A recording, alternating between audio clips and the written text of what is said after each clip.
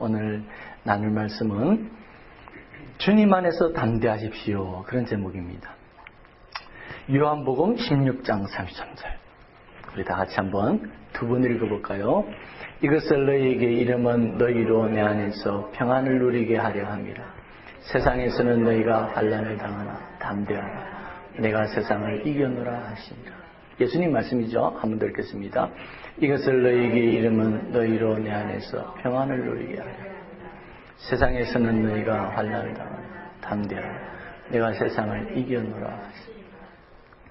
여러분, 저번 주에는 무엇에 대해서 나눴는지 기억나세요? 예. 한 성경 구절이 기억 안 나면 제목이라도 한번 생각해 주시면 감사하겠어요. 한 주간 동안. 저번 주는 강함. 우리가 강해야 된다. 이 인생은 육적이든지 영적이든지 전쟁터와 같고 우리는 전쟁터 안에 있는 영적 군사들이기 때문에 반드시 강해야 된다고 했습니다. 그죠?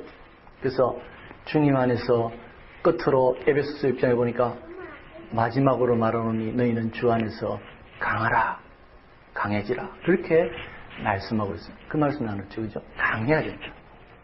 예. 강하지 않으면 육적으로나 정신적으로나 영적으로 무너지게 되고 군인으로서 패하게 되는 삶을 살아가게 됩니다. 그래서 우리는 강해야 된다. 그것에 말씀 나눴습니다. 근데 성경에 보면 강함과 함께 항상 짝을 지어 나오는 말씀이 있습니다. 그게 뭐냐면 담대하라. 시편 27편 14절 보니까 너희는 여호와를 바랄지어다. 강하고 담대하여 여호와를 바랄지어다. 시편 31편 24절에 강하고 담대하라. 여호와를 바라는 너희들아. 강하라는 말씀과 담대하라는 말씀은 항상 짝이 됩니다. 강하기 위해서는 담대해야 됩니다. 담대함을 잃어버리면 우리는 결코 강해질 수가 없습니다. 그래서 오늘은 담대함에 대해서 말씀 나누고자 합니다. 한 주간 동안 담대함에 대해서 한번 생각하는 한 주간이 되시길 바랍니다. 담대함에 대한 대표적인 예를 구약에서 들려면 다윗을 들 수가 있을 것입니다. 잘 아는 다윗. 다윗의 담대함을 우리가 살펴보는 것이 참 유익하다 생각되는데 여러분 잘 아시죠? 이스라엘 백성이 이제 블레셋이라 말하면 지금 팔레스타인입니다. 지금의 팔레스타인은 약하지만 당시의 블레셋은 굉장히 강했습니다. 이스라엘을 오랫동안 지배하고 괴롭혔습니다. 성경에 보니까 이스라엘은 철기가 없을 때 이미 청동기 시대였죠. 다윗 시대는 아마 우리나라는 고조선 BC 1000년 시대니까 그 블레셋은 강한 무기를 가지고 있었어요. 그 블레셋과의 전쟁이 많았는데 이제 블레셋에 아주 유명한 군인이 있었습니다. 그 사람이 골리앗입니다. 골리앗은 키가 한 2m 90. 얼마나 큰 거예요? 거인이죠, 거인. 거의 2m 90이 되는 그런 거인이었습니다. 이 골리앗이 블레셋의 앞에 나와가지고 큰 소리로 연희를 외치는 거예요. 자, 이스라엘 백성들 중에 내하고 한 붙어볼 사람이 있으면 나와봐라. 옛날에는 그렇게 싸웠거든요. 옛날에 거의 육박전에 가까우니까. 먼저 이렇게 제일 잘 싸우는 사람 나와서 전쟁을 싸우죠. 한번 나와봐라. 근데 안 노는 거예요, 이스라엘 백성들 중에. 너무 무서우니까. 연일 욕을 하고 조롱하고 나와봐라고 해도 안 노니까 나중에는 이제 조롱의 수위가 높아집니다. 하나님, 이스라엘 백성이 믿는 하나님을 조롱합니다. 야, 하나님을 믿는다는 것들 한번 나와봐라. 이렇게 하다 나중에는 야, 하나님이 너 살아계셔. 이런 식으로 하나님을 조롱하는. 그렇게 하나님을 조롱하면서 나와봐라. 이렇게 하니까 사실은 나가야 되겠죠, 그죠? 예? 이스라엘 백성들이 나가야 되겠죠. 근데 아무도 나가는 사람이 없어요. 이스라엘에서 제일 큰 사람이 누구냐면 그때 사울 왕이었어요. 사울 왕은 그 당시에 보통 사람보다 이 머리 위에 있었다고 그랬어요. 그 정도로 이 크고 또 제대로 된 무기를 가진 사람은, 갑옷과 무기를 가진 사람은 사울 왕이에요. 사울 왕이라도 나가야 되는데 아마 왕이니까 안 나갔겠죠. 좋게 해석하면. 어쨌든 아무도 안 나갔어요. 이 이스라엘 군대가 기세가 완전히 사기가 땅에 떨어졌어요. 그런데 다윗이, 소년 다윗이 형들에게 이제 심부름을 갑니다. 아버지의 심부름을. 아마 음식 심부름을 가지 않았겠습니까? 전쟁터에 심부름을 갔는데 이 상황을 본 거예요. 다윗은 군인이 아니었습니다. 아마 처음 골리앗을 보고 완전히 겁에 질렸을 거예요. 다윗이 또. 너무 큰 사람이 고함을 치고 있으니까. 연일 나와서 욕을 하고 조롱하고. 근데 가만히 들어보니까 이스라엘 군대를 조롱하고 심지어는 하나님을 조롱하는 거예요. 이 소년 다윗이 참을 수가 없어서 내가 싸우겠다. 즉 골리앗과 싸우겠다. 나섭니다.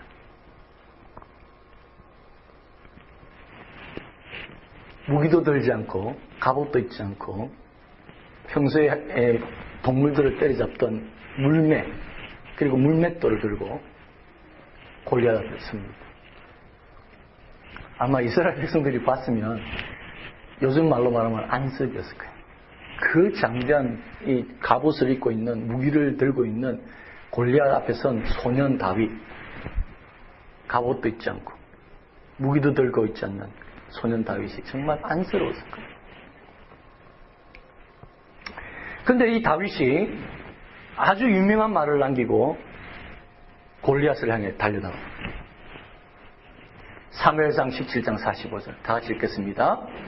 너는 칼과 창과 단창으로 내게 오니와 나는 만군의 여호와의 이름 곧 네가 모욕하는 이스라엘 군대의 하나님의 이름으로 내게 가노라. 네가 모욕하는 그 하나님, 네가 조롱하고 있는 그 하나님의 이름으로 나는 간다면서 그 골리앗을 향해서 막 달려가면서 던졌어요. 물맷돌을 던졌어요. 근데 그 물맷돌이 그대로 골리앗의 이마에 박혀버렸어요. 그 장대한 골리앗이 거인이 그 자리에서 넘어졌어요. 다윗이 달려가서 골리앗의 칼을 뺏었어요. 골리앗의 목을 베었어요. 여러분 잘 아는 이야기죠? 너무나 유명한 이야기입니다. 예수 안 믿는 사람들도 다 아는 이야기죠. 근데 여기서 우리가 담대함에 대해서 한 두 가지 교훈을 얻을 수가 있기 때문에 제가 자세히 설명한 겁니다. 여러분, 육체적으로 골리앗만큼 강한 사람이 있겠습니까? 그 당시에 육체적으로 말하면 골리앗만큼 강한 사람이 없습니다. 그러나 다윗은 육체적으로는 약했지만 마음에 담대함이 있었던 사람입니다. 마음의 담대한 만큼은 그 누구보다도 강했던 사람이 다윗이었습니다. 육체의 강함보다 더 강한 것은 마음의 담대함입니다. 아무리 골리앗이 육체 강해도 담대한 다윗 앞에서는 쓰러졌어요. 어떤 사람은 그렇게 말하겠죠. 에이, 다윗이 기술이 좋아서 물매 기술이 좋아서 이겼겠지. 물론 그런 부분도 있겠죠. 그러나 그 당시에는요, 물맷돌이 무기였습니다. 실제적으로 이스라엘 군대 안에 물맷돌 던지는 부대가 있었습니다. 그 당시에 다윗만 물맷돌 잘 던진 게 아니었어요. 옛날에는 무기가 발달되지 않는 시대이기 때문에 물맷돌 던지는 게 일종의 무기였고 군사들도 가지고 있었습니다. 이스라엘 백성들 안에 물맷돌을 다윗보다 못든지 더 잘 던 사람 더 없었겠습니까? 저는 비슷하고 봅니다. 그러나 아무도 골리앗 앞에 나설 수가 없었습니다. 담대함이 없었습니다. 오직 다윗에게만 담대함이 있었기 때문에 나섰던 것입니다. 육체의 강함도 마음의 담대함 앞에서는 무너지는 것입니다. 육체의 강함보다 더 중요한 것은 마음의 담대함입니다. 이게 첫 번째 교훈입니다. 우리 다윗의. 두 번째 교훈은 뭐냐면 신앙적인 요소입니다. 그럼 다윗은 어떻게 그렇게 마음이 담대했을까? 겁 없는 10대? 10대가 제일 무섭잖아요. 그러니까 겁 없는 10대 청소년이어서 다윗이 그렇게 했겠다. 그런 요소도 있겠죠. 그러나 우리가 성경 전체를 볼 때에 다윗에게 그렇게 담대함이 있었던 것은 신앙 때문이었다. 그렇게 우리가 이해할 수가 있습니다. 다윗은 정말 어릴 적부터 악기를 잘 다루고 아버지 부모의 말에 순종하는 그런 사람이 있지 않습니까? 사무엘이 이새의 집에 왕을 찾으러 갔습니다. 차기 왕을 찾으러 갔는데 이새의 자녀들 보니까 너무 잘생기고 너무 키가 크고 너무 멋지니까 그냥 외모에 그냥 마음이 빼앗겼습니다. 그때 하나님께서 사무엘에게 사무엘아 뭐라고 하십니까? 하나님 사무엘에게 하신 말씀입니다. 16장 7절에 그 외모와 신장을 키를 보지 말라. 내가 이미 그들을 버렸다. 나의 보는 것은 사람과 같지 않다.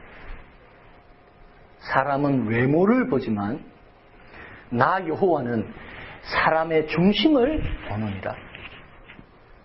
하면서 뽑은 사람이 누굽니까? 다윗입니다. 하나님이 그 형제들 중에 막내인 다윗을 택했습니다. 제일 외모는 떨어지고 제일 키는 작았을 거예요.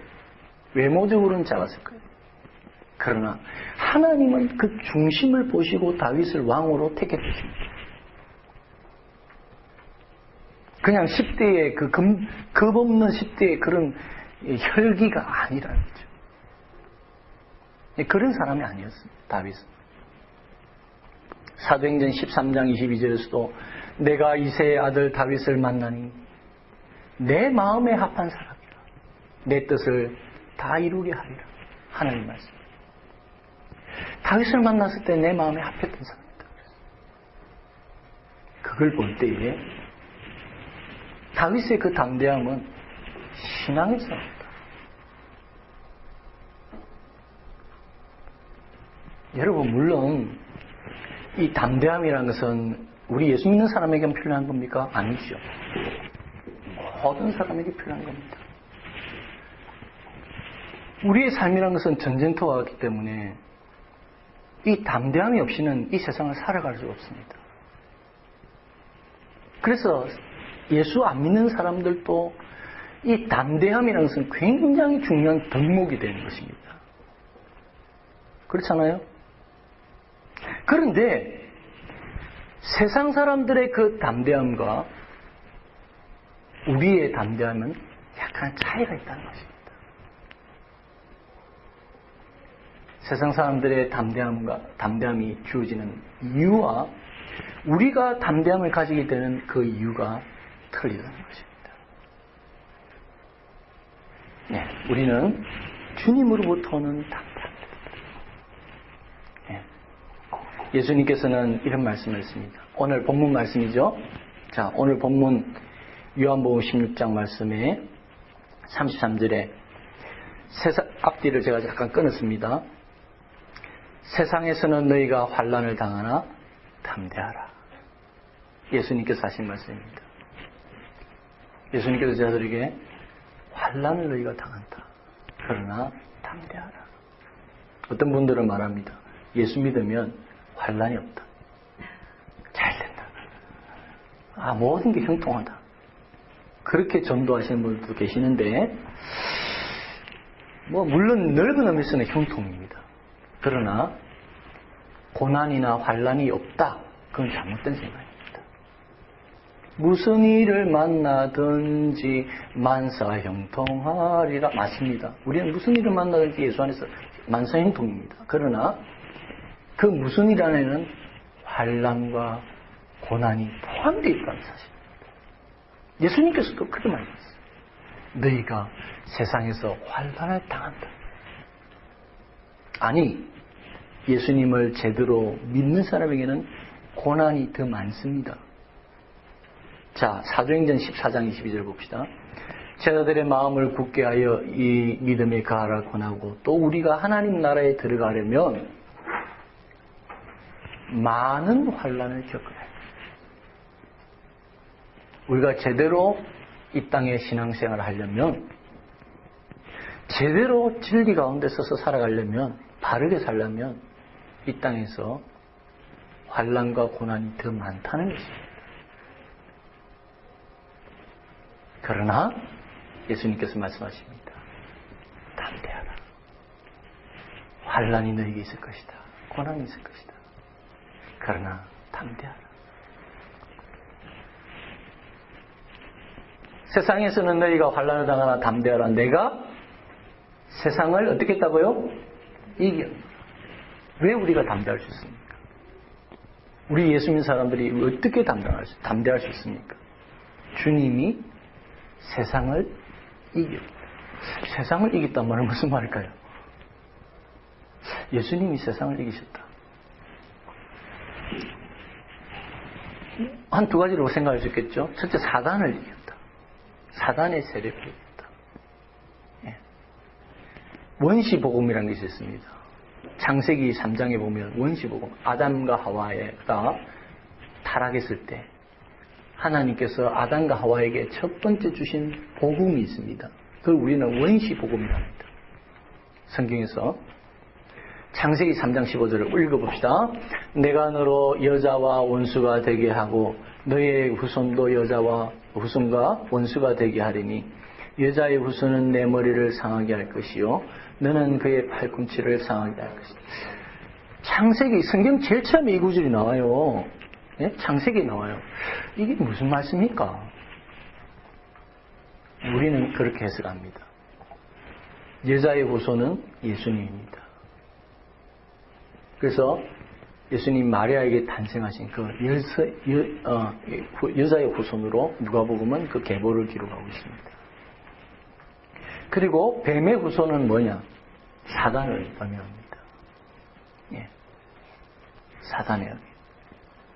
자, 그러면 뱀의 후손이 여자의 후손의 머리를 어떻게 다시 봅시다. 여자의 후손은 뱀의 후손의 머리를 상하게 할 것이고 뱀의 후손은 여자의 후손의 발꿈치를 상하게 할 것이다. 이 무슨 말씀입니까? 우리는 이것을 십자가의 사건으로 이해합니다.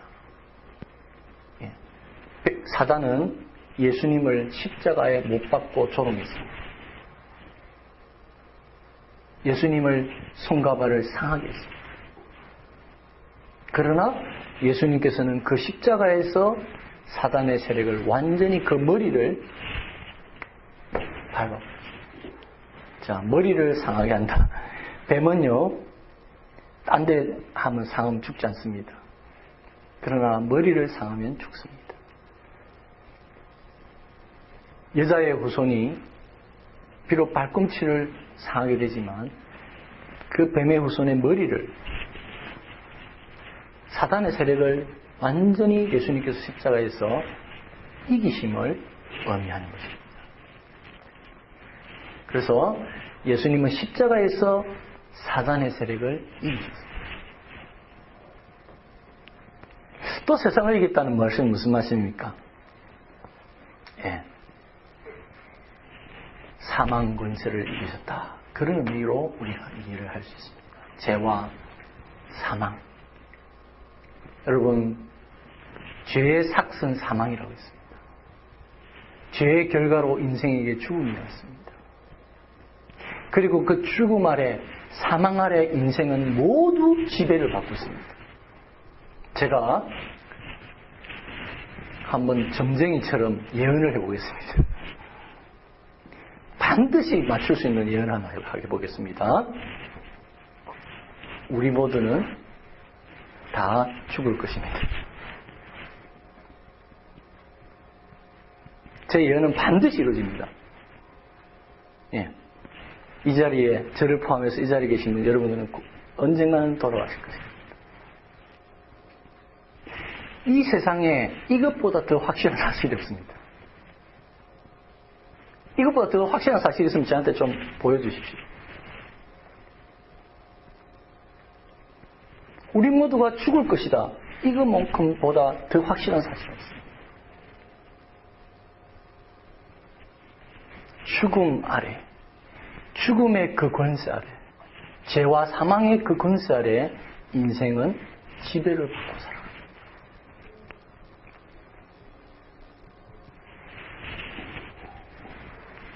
그러나 우리의 십자가에 죽으시고 3일 만에 부활하신 예수님.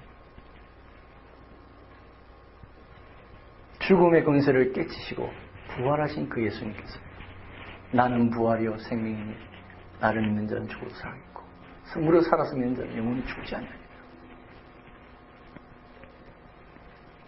그 인류의 그 왕노릇하는 그 사망의 권세를 이기신 분은 예수님이십니다. 두려워 말라. 담대하라. 내가 죄와 사망을 이겼다. 인생을 가장 두렵게 하는 것은 사망입니다. 죽음 아래 떨고 있습니다. 인생은. 그 죽음의 권세를 깨치고 이기신 분이 예수님. 내가 세상을 이겼노라. 담대하라. 요한복음 14장 1절 3절에 너희는 마음에 근심하지도 말고 하나님을 믿으니 또 나를 믿으라. 내 아버지 집에 갈 곳이 많도다. 그렇지 않으면 너희에게 일러줬으리. 내가 너희를 위하여 처소를 예비하러 가노니 가서 너희를 위하여 처소를 예비하노니 내가 다시 와서 너희를 내게로 영접하여 나 있는 곳에 너희도 있게 하리라. 우리에게 영원한 천국을 준비하십니다.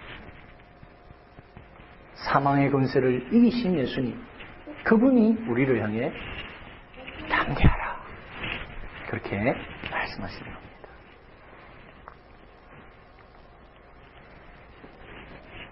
오늘 말씀에 어떻게 우리가 담대할 수 있습니까? 요한복음 16장 33절에 이것을 너희에게 이름한 너희로 내 안에서 평안을 누리라. 주님이 우리를 평안을 누리게 합니다. 그러니까 담대하라. 여러분, 담대하다는 표현과 peace, 평안, 평강, 이거는 동일한 말입니다.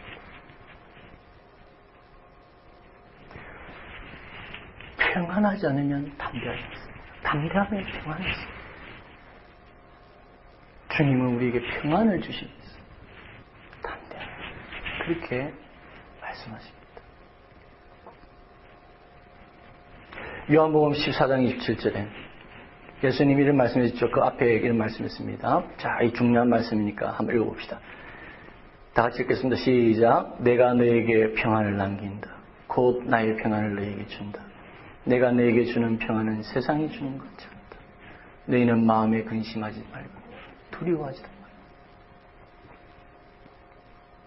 평안을 너희 오늘 찬양했죠. 우리가 평안을 너에게 주노라. 세상이 줄 수 없는 세상이 알 수도 없는 평안을 너에게 주노라. 예수님 말씀입니다.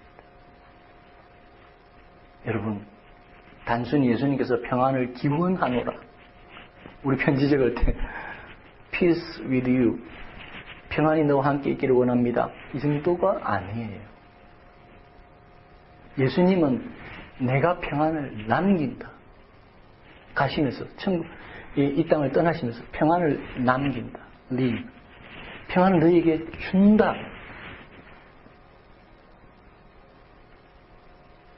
예수님께서는 평안을 기원하시는 분일 뿐만 아니라 평안을 주시는 주체가 되십니다. 내가 나의 평안을 너에게 주노라. 내가 주는 평안은 세상이 주는 평안과 같지 않다. 주님 그렇게 말씀합니다. 마음을 강하게 하고 담대하라. 근심하지 말고 놀라지 말고 두려워 말고. 물론 세상이 주는 평안이 있습니다.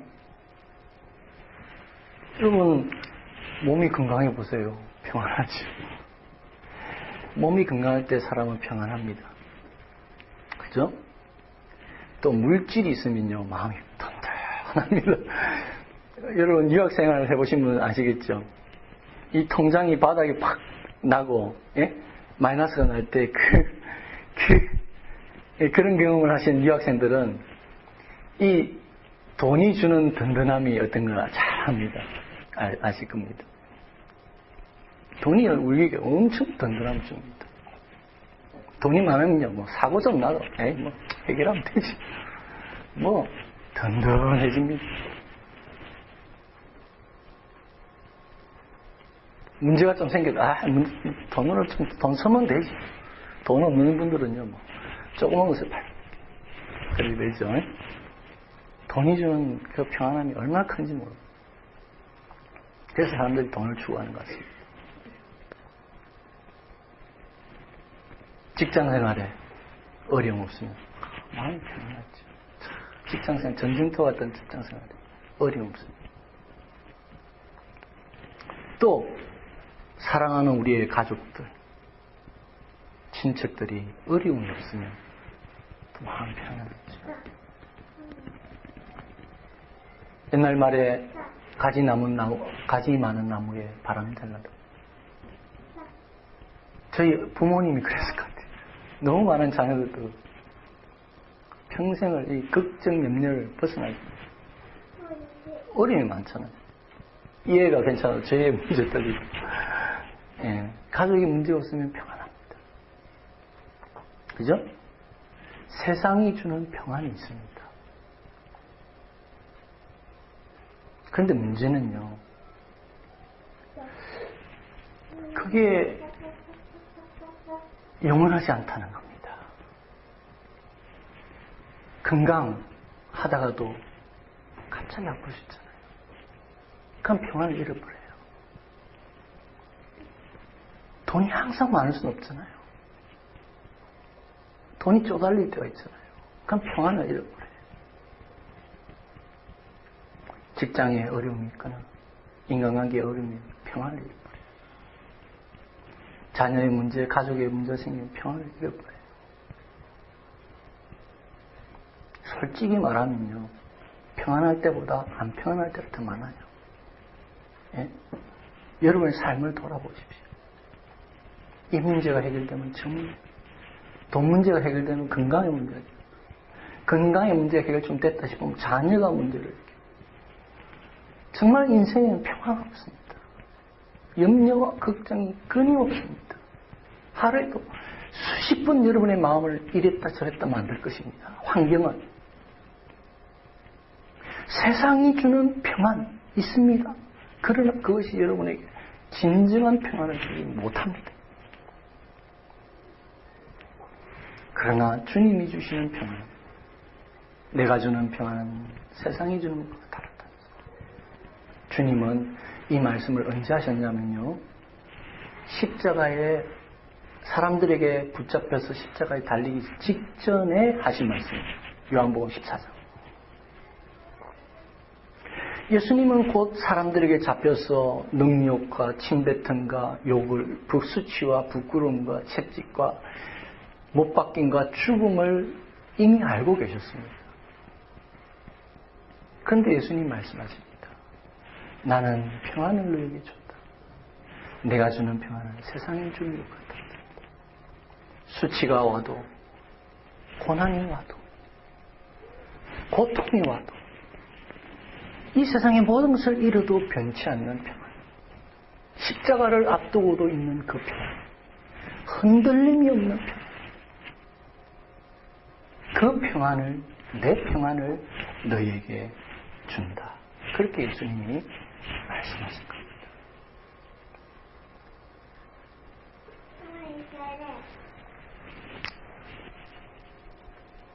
그러나 세상의 평안은 그렇지 않다고 했습니다. 세상의 평안, 그것은 흔들리고 없어지는 겁니다. 주님의 평안을 예로 들 수 있는 대표적인 사람 한 사람을 소개하고 말씀드리겠습니다. 그 사람은 신약에 나오는 스데반 집사님입니다.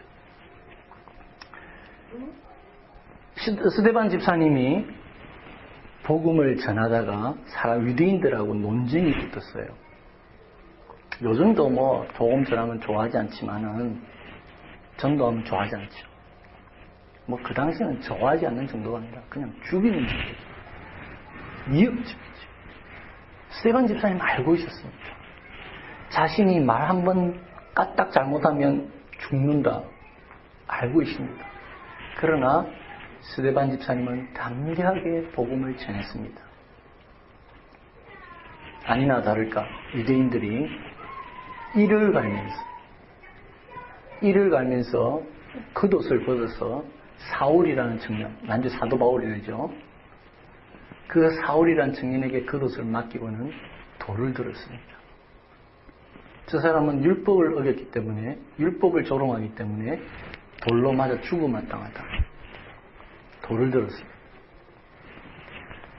그때 사람들이 그 얼굴을 봤을 때, 스데반 집사님의 얼굴을 봤을 때, 사도행전 6장 15절, 앉은 사람들이 다 스데반을 보니 그 얼굴이 천사의 얼굴과 같았다. 그렇게 기록하고 있습니다. 스데반 집사님의 얼굴은 윤기가 났다. 혈색이 좋았어. 얼굴색이 붉었다. 이런 차원이 아니에요. 천사의 얼굴과 같았다. 평화가 있다. 그 얼굴에 평강이 있어. 뭔가 인간의 표현으로는 표현할 수 없는 그런 얼굴이었어요. 인간의 표현으로 무엇과 같다라고 할 수 없는, 이 표현하기 힘든 표현이기 때문에 그냥 천사와 같았다. 그렇게 성경은 기록하고 있습니다. 돌에 맞았어. 죽을 상황입니다. 사람들이 이를 갈면서 돌을 던지는 상황. 근데 그 얼굴이 평온했다. 이게 담대함이 아닐까요, 여러분? 이게 진정한 담대함이 아닐까요? 담대함이라고 해서 혈기 부리고 이게 담대함이 아니에요, 여러분. 담대함이라는 것은 죽음 앞에서도 평온한. 그 스데반의 얼굴은 예수님의 얼굴을 닮았다. 그렇게 말씀할 수 있었습니다. 내가 그럼 목사님 예수님 얼굴 봤습니까? 사람은요, 이목구비는 틀려도 찌푸린 얼굴은 다 비슷합니다. 닮습니다. 환한 얼굴 다 닮았어요. 이목구비는 틀려도. 죽을 때 인간의 모습 얼굴도 다 닮았어요. 예수님 얼굴을 제가 모르고 스데반 얼굴을 모르지만은 그 죽음 앞에서 평온한 그 얼굴은 십자가상에서의 그 평온한 예수님의 얼굴을 닮았다. 그렇게 말씀드릴 수밖에 없습니다. 예수님께서 채찍에 맞고 침뱉음을 당하고 못 박히시면서 예수님 십자가에 죽으시면서 그 상황 속에서도 어떻게 했습니까? 아버지요, 그 자신의 못을 박는 사람들을 위해서 기도하시고, 아버지요, 저들이 알지, 자기들이 하는 짓이 어떤 짓인지 모르고 합니다. 용서하여 달라고. 오히려 그들을 축복하고 기도하는 그 예수님의 그 평온함, 그 십자가상에서의 그 평온한 그 얼굴, 그 얼굴은 스데반의 얼굴과 닮은 거예요. 돌에 맞으면서도 그 평온했던 그 얼굴과 예수님은 너무 닮은 거예요.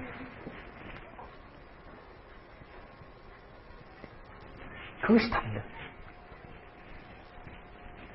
왜 그럼 스데반은 그렇게 담대했을까? 그 죽음 앞에서도.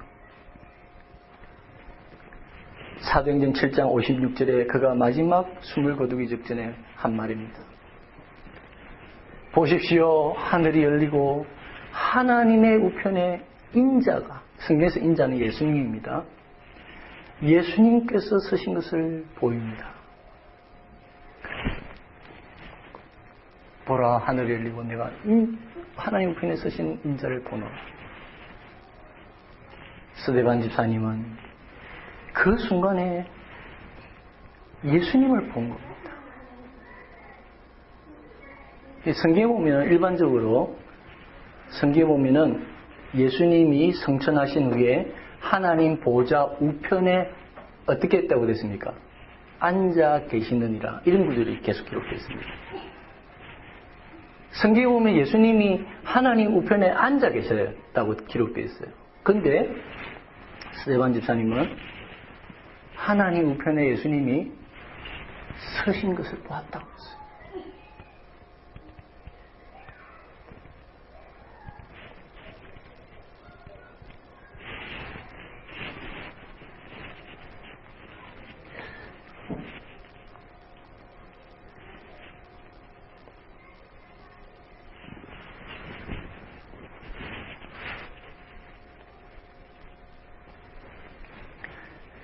그때 예수님의 얼굴이 어땠을까? 그냥 놀랐어. 벌떡 서신 놀란 얼굴이었을까? 아니면 그 사랑하는 스데반이 죽는 모습 보고 안타까워하는 그런 얼굴이었을까?